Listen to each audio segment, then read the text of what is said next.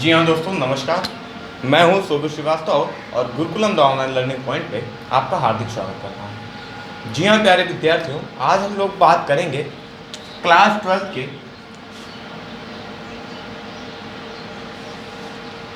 Chemistry के जैव अनुपात की। किसकी बात करेंगे मेरे प्यारे विद्यार्थियों? युद्ध केवल टला है, अभी समाप्त नहीं हुआ। आपको रुकना नहीं है, लगातार चलते रहना है, लगातार पढ़ते रहना है और लगातार मेहनत करते रहना है। मुझे भरोसा है कि आप वो अर्जुन हो जो अपने लक्ष्य को भेदने में अवश्य सफल होगे। तो आइए बात करते हैं क्लास 12 के केमिस्ट्री की जो पाठ है जैव अणु। जी हाँ, जैव अणु, बायोमॉलिक्यूल्स। क्या होता है जैव अणु, किसे जैव अणु कहते हैं, यह कितने प्रकार वगैरह होता है। और यहाँ पर हम लोग जैव अणु की ही कड़ी में बात करेंगे कार्बोहाइड्रेट की। कार्बोहाइड्रेट की तो बच्चों हम लोग यहाँ पढ़ेंगे क्लास 12 की केमिस्ट्री का जो पाठ है जैव अणु, और जैव अणु किसे कहते हैं, जैव अणु क्या होता है, इन सब चीज़ों की चर्चा करेंगे। पर क्लास को शुरू करने से पहले आप जल्दी से जल्दी वीडियो को शेयर करें। कम से कम एक एक विद्यार्थी 100 बच्चों को इस वीडियो को शेयर करें, ताकि हर कोई बच्चा इस वीडियो का लाभ ले सके और पढ़ सके। अंतिम समय आपको एक लंबी छलांग लगानी होगी अपने लक्ष्य को पाने के लिए। बोर्ड परीक्षा में एक बेहतरीन पराक्रम दिखाने के लिए आपको एक बेहतरीन अध्ययन और एक बेहतरीन समय सारणी के अनुसार पढ़ना होगा। आज इस विषय पर हम लोग इस वीडियो के बाद चर्चा करेंगे, लेकिन तब तक हम लोग पढ़ते हैं जैव अणु, कार्बोहाइड्रेट। जी हाँ, बात करते हैं कि जैव अणु होता क्या है। तो प्यारे बच्चों, जैव अणु जो शब्द है यह उच्च अणुभार वाले वे कार्बनिक यौगिक जो जैव क्रिया से संबंधित होते हैं। कैसे बच्चों? उच्च अणुभार वाले। ध्यान रखिएगा बात को कि जैव अणु क्या है, उच्च अणुभार वाले, उच्च अणुभार वाले कैसे यौगिक? कार्बनिक यौगिक। वे कार्बनिक यौगिक, उच्च अणुभार वाले वे कार्बनिक यौगिक। ध्यान रखिएगा बात को और ध्यान से समझिएगा, एक एक विषय को बेहतरीन तरीके से समझेंगे। ये मेरी गारंटी है, मेरी जिम्मेदारी है आपसे कि आपको कोई भी ऐसा टॉपिक नहीं होगा जो समझ में नहीं आएगा। लेकिन बच्चों उसके आपको वीडियो लगातार शेयर करते रहना है। और यदि वीडियो पसंद आता है तो बच्चों जरूर थम्स अप करें, जरूर लाइक करें, जरूर सब्सक्राइब करें। और सबसे बड़ी बात कि आपको वीडियो को, प्रत्येक विद्यार्थियों की जिम्मेदारी है कि 100 बच्चों को आप इस वीडियो को शेयर करेंगे। फेसबुक, यूट्यूब या इंस्टाग्राम, जिस माध्यम से भी आप शेयर कर सकते हैं उस माध्यम से आप, प्रत्येक विद्यार्थी की जिम्मेदारी है 100 बच्चों को शेयर करिए। आप जितनी तेज़ी से सब्सक्राइबर बढ़वाएंगे, आप जितनी तेज़ी से बच्चों वीडियो को लाइक करना शुरू करेंगे, उतना बेहतरीन से बेहतरीन टॉपिक आपके सामने आने वाला रहेगा। तो वीडियो थोड़ा सा लंबी हो सकती है क्योंकि यहाँ पर हम लोग जैव अणु के साथ साथ थोड़ा बहुत कार्बोहाइड्रेट के बारे में भी चर्चा करेंगे। तो आइए देखते हैं कि जैव अणु क्या है। तो जैव अणु बच्चों उच्च अणुभार वाले वे कार्बनिक यौगिक हैं जो जैव क्रियाओं से संबंधित होते हैं। वे कार्बनिक यौगिक हैं जो जैव क्रियाओं से, किससे विद्यार्थियों? जैव क्रियाओं से संबंधित होते हैं। बात को ध्यान में रखिएगा बच्चों, संबंधित होते हैं। क्या कहलाते हैं बच्चों? जैव अणु कहलाते हैं। बात को ध्यान से समझिए कि उच्च अणुभार वाले वे कार्बनिक यौगिक। कैसे कार्बनिक यौगिक बच्चों? जिनका अणुभार क्या हो? उच्च हो। वे जब जैव क्रियाओं से संबंध रखेंगे बच्चों तो जैव अणु कहलाते हैं। क्या कहलाते हैं बच्चों? जैव अणु कहलाते हैं। उच्च अणुभार वाले वे कार्बनिक यौगिक जो जैव क्रियाओं से संबंध रखते हैं बच्चों, संबंधित होते हैं, वे जैव अणु कहलाते हैं। तो जी हाँ विद्यार्थियों, बात करते हैं इसके आगे जो एक महत्वपूर्ण परिभाषा है कि वे जटिल कार्बनिक यौगिक जो जैव द्रव्य का निर्माण करते हैं तथा जीवधारियों की वृद्धि तथा अनुरक्षण तथा उनके सामर्थ्य के लिए उत्तरदायी होते हैं, जैव अणु कहलाते हैं। ये बच्चों पहली परिभाषा थी जैव अणु की, कि जैव अणु क्या है? उच्च अणुभार वाले कार्बनिक यौगिक हैं जो जैव क्रियाओं से संबंध रखते हैं। बच्चों नोट्स जरूर बनाएं, एक कलम और कॉपी लेके जरूर बैठें। जितनी चीज़ों को मैं यहाँ लिखा रहा हूँ, मैं जितनी चीज़ों को यहाँ बता रहा हूँ, उन सब चीज़ों को आप अपने कॉपी में नोट करते जाएं। यकीनन ये आपके बोर्ड परीक्षा के दृष्टिकोण से बहुत ही महत्वपूर्ण विषय है और बहुत ही महत्वपूर्ण टॉपिक है। जरूर प्रश्न मिलेंगे, प्रत्येक क्लास से आपको कुछ ना कुछ हासिल होने वाला है। तो कृपया वीडियो को शेयर करें और जोरदार तरीके से शेयर करें कि हाँ चल रहा है कुछ केमिस्ट्री। और आइए बच्चों बात करते हैं कि उच्च अणुभार वाले वे कार्बनिक यौगिक जो जैव क्रियाओं से संबंधित होते हैं, जैव अणु कहलाते हैं। जल्दी से लिख लें या स्क्रीनशॉट ले लें और उसके बाद हम लोग बात करते हैं जैव अणु की दूसरी परिभाषा। बच्चों एक एक चीज को इतना निचोड़ के पढ़ना है जब तक वह बेहतरीन तरीके से समझ में ना आ जाए। एक एक चीज की कम से कम 2-2, 3-3 परिभाषाएं सीखनी है। तो बच्चों पहला बात क्या कहता है कि उच्च अणुभार वाले वे कार्बनिक यौगिक जो जैव क्रियाओं से संबंधित होते हैं वह जैव अणु कहलाते हैं। अब बच्चों दूसरी बात क्या कहता है कि जैव अणु हम और किसे कह सकते हैं? तो बच्चों वे जटिल कार्बनिक यौगिक जो जैव द्रव्य का निर्माण करते हैं। बात वही है बच्चों, वे जटिल कार्बनिक यौगिक, वे जटिल कार्बनिक यौगिक, वे जटिल कार्बनिक यौगिक जो जैव द्रव्य का निर्माण करें। विद्यार्थियों जैव द्रव्य का निर्माण करते हैं, क्या कहलाएंगे? जैव अणु कहलाते हैं। वे जटिल कार्बनिक यौगिक जो जैव द्रव्य का निर्माण करते हैं विद्यार्थियों, जैव अणु कहलाते हैं तथा जीवधारियों की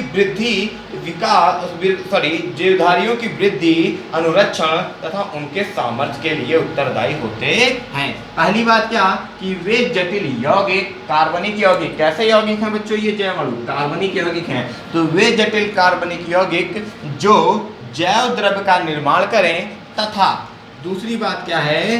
जीवधारियों, ध्यान से समझिएगा विद्यार्थियों, थोड़ा सा टफ हो सकता है परंतु आपको समझ में आएगा, ये जिम्मेदारी हमारी है। तो बच्चों तथा जीवधारियों की वृद्धि,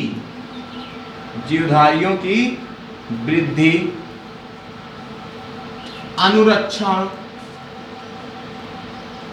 जीवधारियों की वृद्धि, अनुरक्षण तथा शक्ति या सामर्थ्य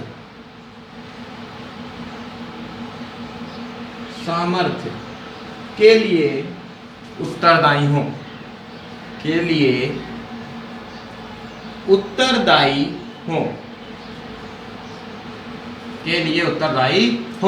तो ये क्या कहलाएंगे बच्चों? ये जैव अणु कहलाएंगे। ध्यान से समझिएगा कि वे जटिल कार्बनिक यौगिक जो जैव द्रव्य का निर्माण करें। बच्चों जो किसका निर्माण करें? जैव द्रव्य का निर्माण करें, साथ ही साथ जीवधारियों की वृद्धि, अनुरक्षण तथा सामर्थ्य के लिए उत्तरदायी होते हैं, जैव अणु कहलाते हैं। क्या कहलाते हैं विद्यार्थियों? जैव अणु कहलाते हैं। अब बात करते हैं बच्चों कि जैव रासायनिक क्रियाओं में, और बच्चों जैव अणु हम किसे कह सकते हैं या जैव अणु क्या क्या होता है इसकी चर्चा करते हैं बच्चों। कि यहाँ तक तो आप समझ गए कि जैव अणु किसे कहते हैं कि वे जटिल कार्बनिक यौगिक जो जैव द्रव्य का निर्माण करें अर्थात जीवधारियों की वृद्धि, अनुरक्षण, सामर्थ्य के लिए उत्तरदायी हो, वे सभी जैव अणु कहलाते हैं। तो विद्यार्थी नोट्स जरूर बनाएं, वीडियो को रोक रोक के आप आराम से लिख सकते हैं। और अब बात करते हैं कि जैव रासायनिक क्रियाओं में कार्बोहाइड्रेट, प्रोटीन, न्यूक्लिक अम्ल, लिपिड, विटामिन, हार्मोन्स, वसा आदि जटिल कार्बनिक यौगिक भाग लेते हैं और इन यौगिकों के अणुओं को जैव अणु कहते हैं। कौन कौन भाग लेता है बच्चों जैव रासायनिक क्रियाओं में? जैव रासायनिक क्रियाओं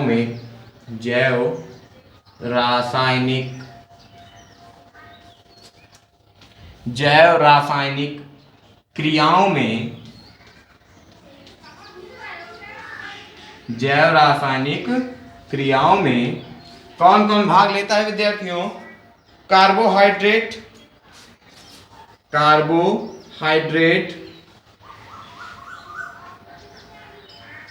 प्रोटीन, वसा,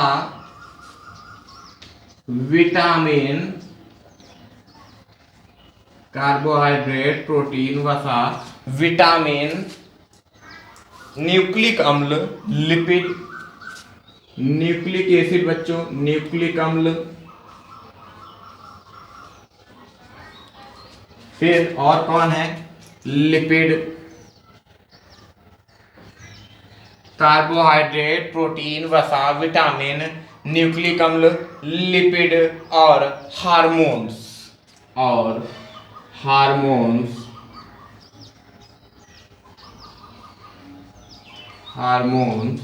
बच्चों देखिए जैव रासायनिक क्रियाओं में कार्बोहाइड्रेट, प्रोटीन, वसा, विटामिन, न्यूक्लिक अम्ल, लिपिड और हार्मोन्स बच्चों जैसे जटिल कार्बनिक यौगिक भाग लेते हैं और इन जटिल कार्बनिक यौगिकों के अणुओं को जैव अणु कहते हैं। कौन कौन भाग लेता है बच्चों जैव रासायनिक क्रियाओं में? कार्बोहाइड्रेट, प्रोटीन, वसा, विटामिन, न्यूक्लिक अम्ल, लिपिड और हार्मोन्स आदि जटिल यौगिक भाग लेते हैं। ध्यान से समझिएगा, भाग लेते हैं बच्चों और इन्हें ही या ऐसे सीधा सा लिखे बच्चों, इन यौगिकों के अणुओं को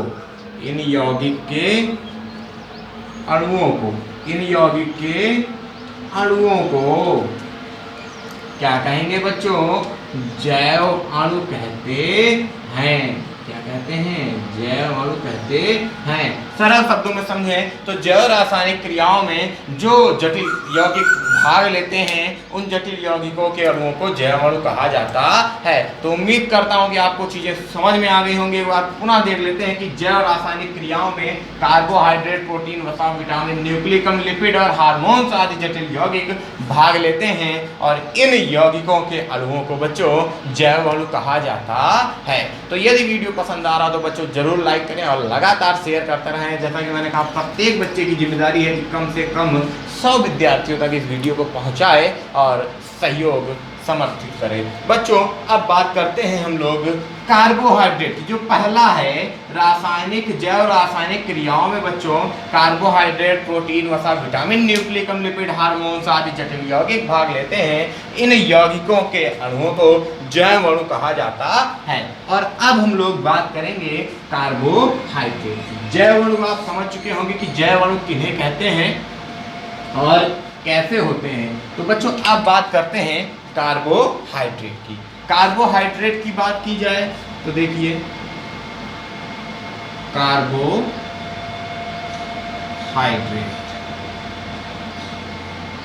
बच्चों बात करते हैं कार्बोहाइड्रेट की। कार्बोहाइड्रेट की यदि बात की जाए तो कार्बोहाइड्रेट व्यापक रूप से पौधों व जंतुओं में पाया जाता है। पहली बात कार्बोहाइड्रेट के लिए जो पहला स्टेटमेंट है वो ये है कि कार्बोहाइड्रेट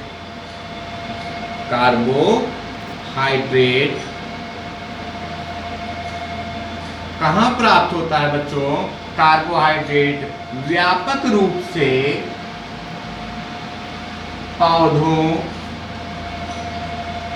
व जंतुओं में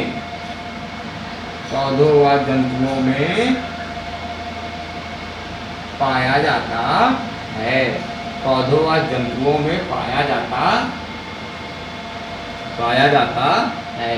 कौन बच्चों? कार्बोहाइड्रेट कहाँ पाया जाता है? तो यहाँ व्यापक रूप से पौधों व जंतुओं में पाया जाता है। जी हाँ, हम बात कर रहे हैं कार्बोहाइड्रेट की।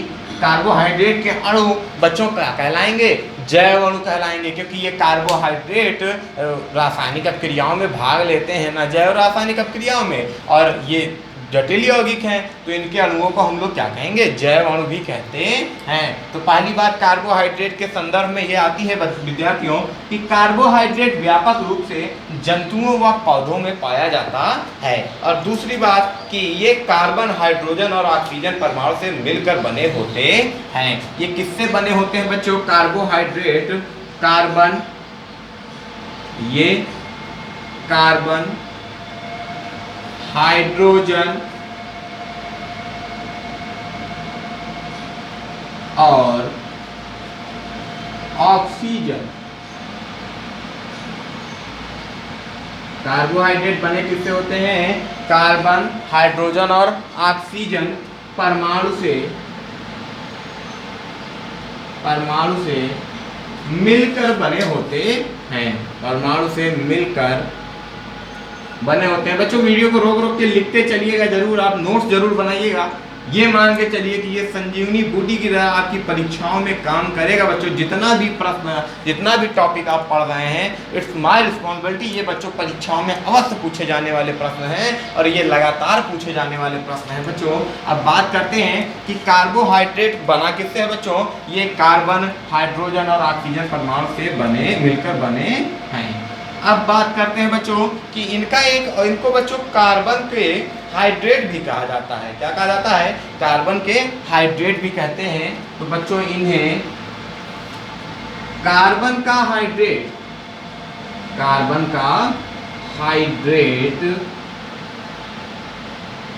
भी कहते हैं। कार्बन का हाइड्रेट भी कहते हैं। क्या कहते हैं बच्चों? कार्बन का हाइड्रेट भी कहते हैं बच्चों। जैसे बच्चों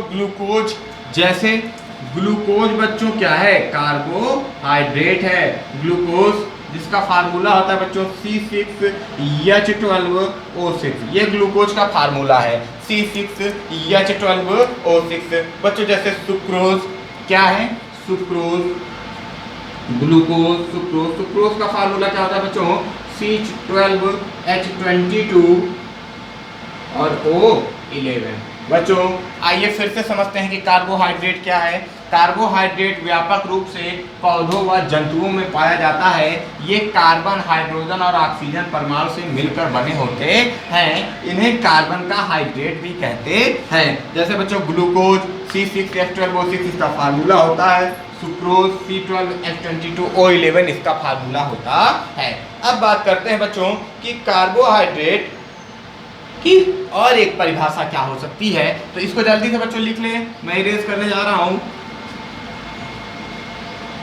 बच्चों। कार्बोहाइड्रेट पहला तो आपने जाना कि ये बच्चों व्यापक रूप से जंतुओं व पौधों में प्राप्त होता है और ये हाइड्रोजन, ऑक्सीजन और बच्चों कार्बन से मिलकर बना होता है। इन्हें कार्बन का हाइड्रेट भी कहते हैं। अब हम लोग बात करते हैं बच्चों कि वे कार्बनिक यौगिक जो जल अपघटन पर पॉलीहाइड्रोक्सी एल्डिहाइड या पॉलीहाइड्रोक्सी कीटोन देते हैं, कार्बोहाइड्रेट कहलाते हैं। जी हाँ, बात करते हैं कार्बोहाइड्रेट की परिभाषा की।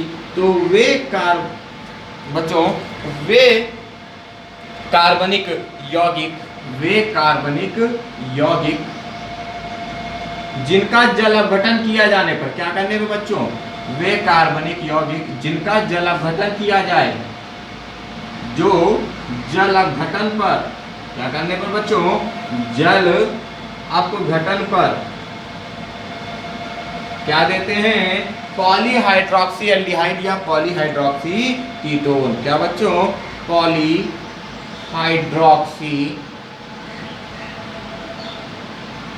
एल्डिहाइड या पॉलीहाइड्रोक्सी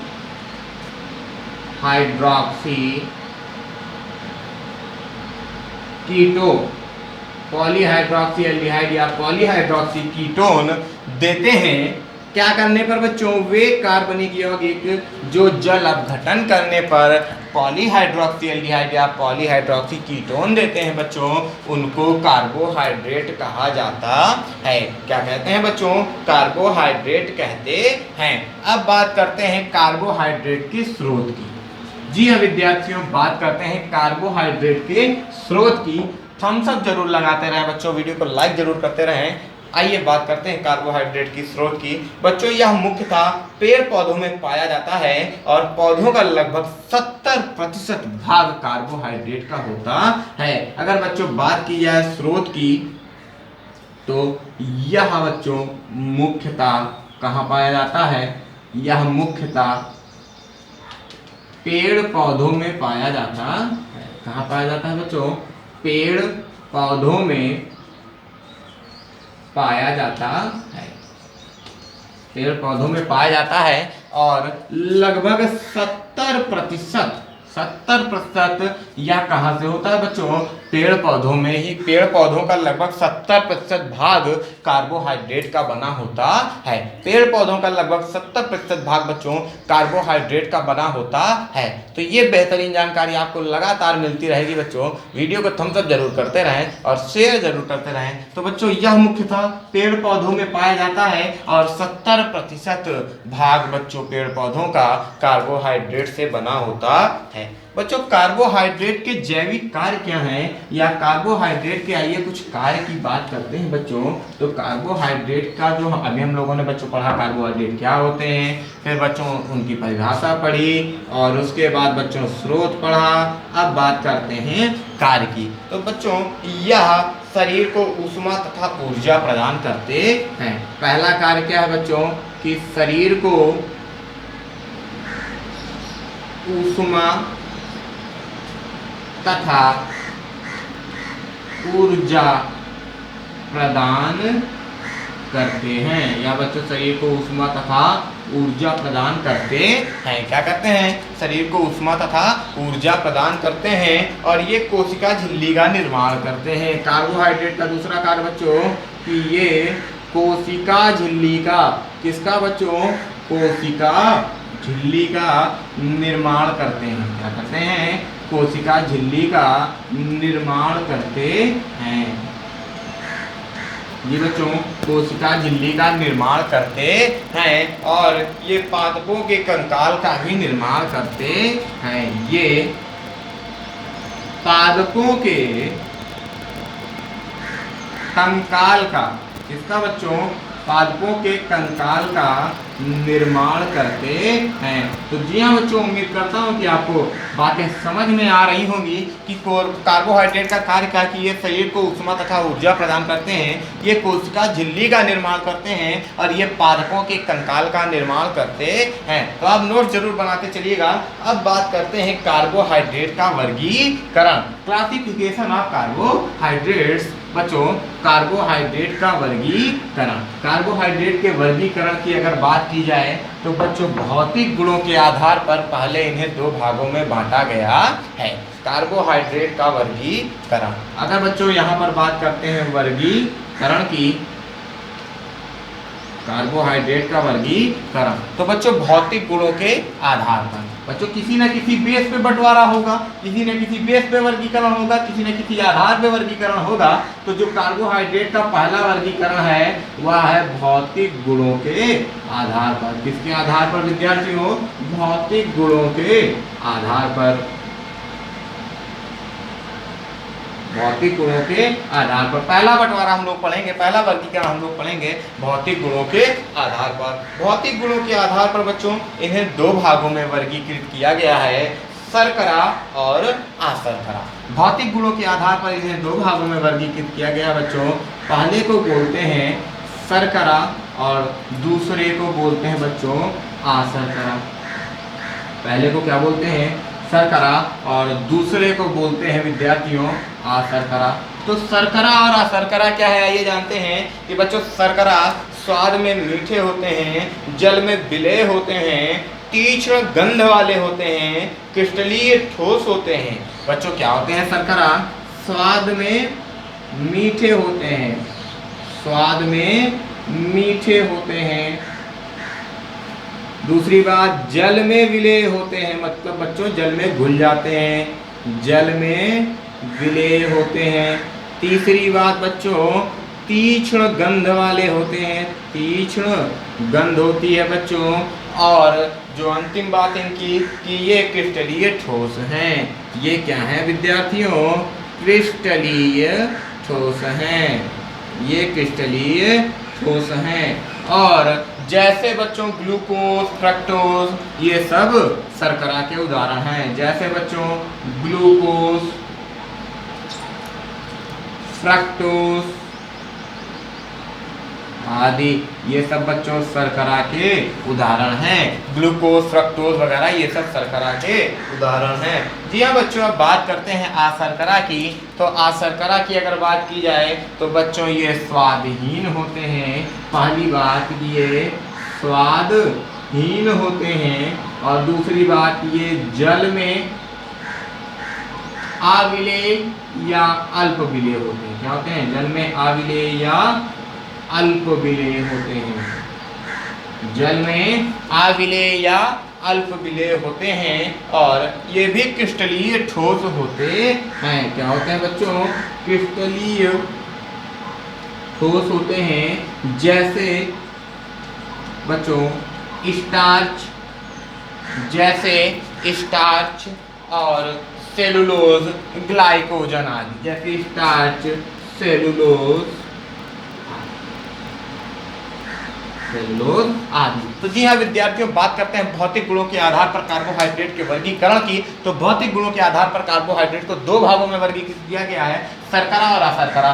शर्करा क्या होता है विद्यार्थियों की? ये स्वाद में मीठे होते हैं, जल में विलय होते हैं, तीक्ष्ण गंध वाले होते हैं और क्रिस्टलीय ठोस होते हैं, जैसे ग्लूकोज, फ्रक्टोज आदि। और बच्चों बात करते हैं अशर्करा की, तो यह स्वादहीन होते हैं, जल में अविलेय या अल्प विलेय होते हैं और ये क्रिस्टलीय ठोस होते हैं बच्चों, जैसे स्टार्च, सेलुलोज आदि। अब बात करते हैं बच्चों, यह तो बात थी भौतिक गुणों के आधार पर। अब जल अपघटन के आधार पर कार्बोहाइड्रेट का वर्गीकरण करते हैं। बच्चों वीडियो थोड़ा सा लंबा होगा, लेकिन जानकारी भी अच्छी चाहिए तो वीडियो को थोड़ा सा पूरा देखना होगा बच्चों। और यदि आप वीडियो को पसंद करते हैं तो अगला वीडियो भी बच्चों बड़ा वीडियो आपको मिलने वाला है, पूरे टॉपिक का निचोड़ मिलने वाला है एक जबरदस्त तैयारी के साथ बच्चों। यदि आप पूरे वीडियो को देखते हैं तो बच्चों पक्का है कि आप अगले वीडियो भी आपको अच्छे और बड़े वीडियो मिलेंगे। आइए देखते हैं बच्चों कार्बोहाइड्रेट का जो जल अपघटन के आधार पर वर्गीकरण है। दूसरी बात किसके आधार पर है बच्चों? जल अपघटन के आधार पर। पहला क्या था? भौतिक गुणों के आधार पर। और अब बात करते हैं जल अपघटन के आधार पर। किसके आधार पर विद्यार्थियों? जल अपघटन के आधार पर।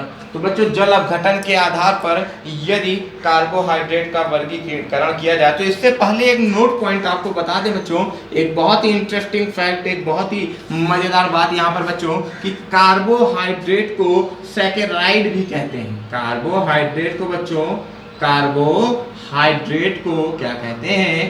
कार्बोहाइड्रेट को सैकेराइड भी कहते हैं, जो कि ग्रीक शब्द है बच्चों। कहाँ का शब्द है ये? ग्रीक शब्द है। ग्रीक कहाँ का बच्चों? ग्रीक शब्द है। और इसका अर्थ होता है बच्चों शर्करा। जी हाँ विद्यार्थियों, कि कार्बोहाइड्रेट को सैकेराइड भी कहते हैं, जो कि एक ग्रीक शब्द है और इसका अर्थ होता है बच्चों शर्करा। और आइए अब बात करते हैं जल अपघटन के आधार पर कार्बोहाइड्रेट के वर्गीकरण की। किसके आधार पर बच्चों? जल अपघटन के आधार पर कार्बोहाइड्रेट को तीन भागों में बांटा गया है। पहला मोनोसेकेराइड, ऑलिगोसेकेराइड और पॉलीसेकेराइड। बच्चों पहला है मोनोसेकेराइड। बच्चों कैसे बांटा गया है इसकी भी चर्चा करेंगे, लेकिन पहले जान लेते हैं कि कितने भागों में बांटा गया है। दूसरा है विद्यार्थियों ऑलिगोसेकेराइड, ऑलिगोसेकेराइड। और तीसरा है पॉलीसेकेराइड। कितने भागों में बांटा गया है? तीन भागों में, मोनोसेकेराइड, ऑलिगोसेकेराइड और पॉलीसेकेराइड। तो जी हाँ विद्यार्थियों, मोनोसेकेराइड के भी दो पार्ट हैं बच्चों। बात करेंगे अगली क्लास में हम लोग कि मोनोसेकेराइड क्या होता है, ओलिगोसेकेराइड क्या होता है और पॉलीसेकेराइड क्या होता है। यहाँ के लिए मैं आपको इतना बता दूं कि मोनोसेकेराइड को भी दो भागों में बांटा गया है। पहले को बोलते हैं एल्डोस और दूसरे को बोलते हैं बच्चों कीटोस। पहले को क्या बोलते हैं, एल्डोस, और दूसरे को बोलते हैं कीटोस। और बच्चों ऑलिगोसेकेराइड को 3 भागों में वर्गीकृत किया गया है। कितने भागों में? 3 भागों में, डाइसेकेराइड, ट्राइसेकेराइड और टेट्रासेकेराइड। बच्चों क्या बोलते हैं, डाइसेकेराइड, डाइसेकेराइड, ट्राइसेकेराइड और लास्ट है बच्चों टेट्रासेकेराइड। और पॉलीसेकेराइड को भी बच्चों 2 भागों में बांटा गया है, सम पॉलीसेकेराइड और विषम पॉलीसेकेराइड। सम पॉलीसेकेराइड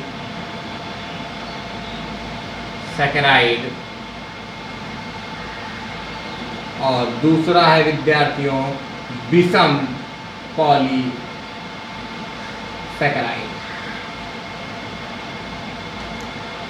जी हाँ विद्यार्थियों, बात करते हैं कार्बोहाइड्रेट का जल अपघटन के आधार पर वर्गीकरण की। तो कार्बोहाइड्रेट को जल अपघटन के आधार पर 3 भागों में बांटा गया, मोनोसेकेराइड, ऑलिगोसेकेराइड और पॉलीसेकेराइड। मोनोसेकेराइड को 2 भागों में, एल्डोस और कीटोस। ऑलिगोसेकेराइड को 3, डाई, ट्राई और टेट्रा। पॉलीसेकेराइड को 2 सम और विषम पॉलीसेकेराइड में बांटा गया है। जी हाँ विद्यार्थियों, अब कैसे वर्गीकरण हुआ है और इसके क्या क्या उदाहरण है, ग्लूकोज को कैसे बनाते हैं, ग्लूकोज की संरचना क्या है, इन सब की चर्चा हम लोग करेंगे अगले क्लास में। तब तक के लिए वीडियो को लाइक करें, शेयर करें, सब्सक्राइब करें और बच्चों ज़्यादा से ज़्यादा शेयर करें ताकि हर कोई विद्यार्थी इस क्लास का आनंद ले सके। धन्यवाद। जय हिंद, जय भारत।